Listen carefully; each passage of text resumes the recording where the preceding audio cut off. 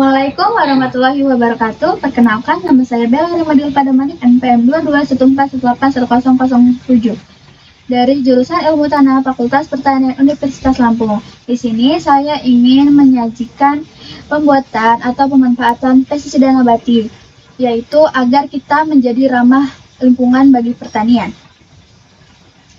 Sebelumnya, saya ingin menjelaskan apa itu pestisida nabati. Pestisida nabati sendiri adalah produk perlindungan tanaman yang bahan aktifnya berasal dari alam.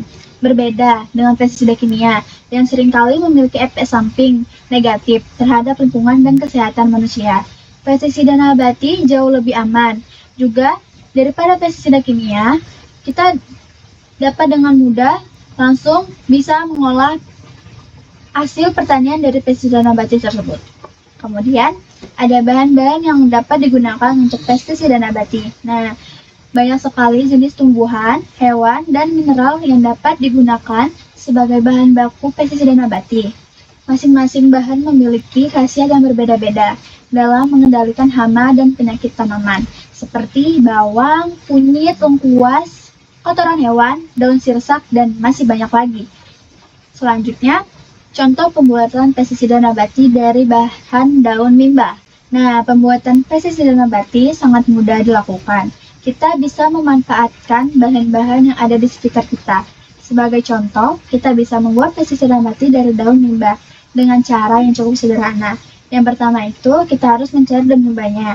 Kemudian, kita keringkan daun mimba tersebut. Setelah itu, dihaluskan daun mimba dan direndam dalam air selama beberapa hari.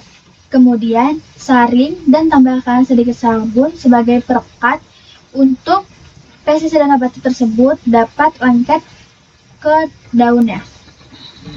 Selanjutnya, ada keunggulan. Nah, pestisida nabati ini memiliki banyak sekali keunggulan dibandingkan pestisida kimia. Selain ramah lingkungan, pestisida nabati juga lebih aman bagi kesehatan dan tidak menyebabkan kerusakan pada tanah.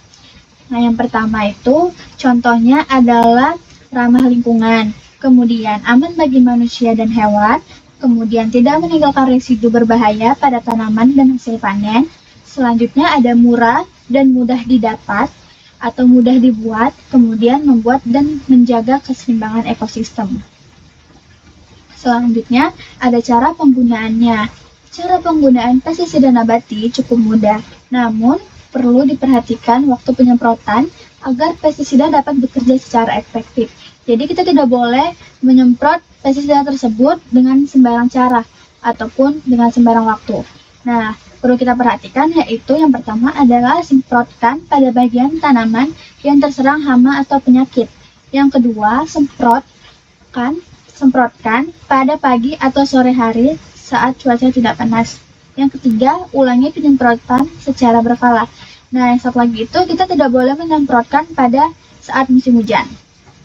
Selanjutnya ada manfaat pestisida nabati. Penggunaan pestisida nabati tidak hanya bermanfaat bagi lingkungan, tetapi juga memberikan banyak keuntungan bagi petani. Nah, hasil panen petani yang diperoleh akan lebih berkualitas, aman, dan cocok lebih baik untuk dikonsumsi.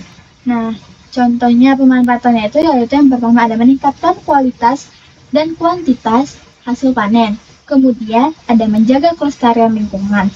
Yang ketiga, meningkatkan pendapatan petani. Yang keempat, mendukung pertanian organik. Selanjutnya, kesimpulannya yaitu pestisida nabati merupakan pilihan yang sangat tepat untuk masa depan pertanian.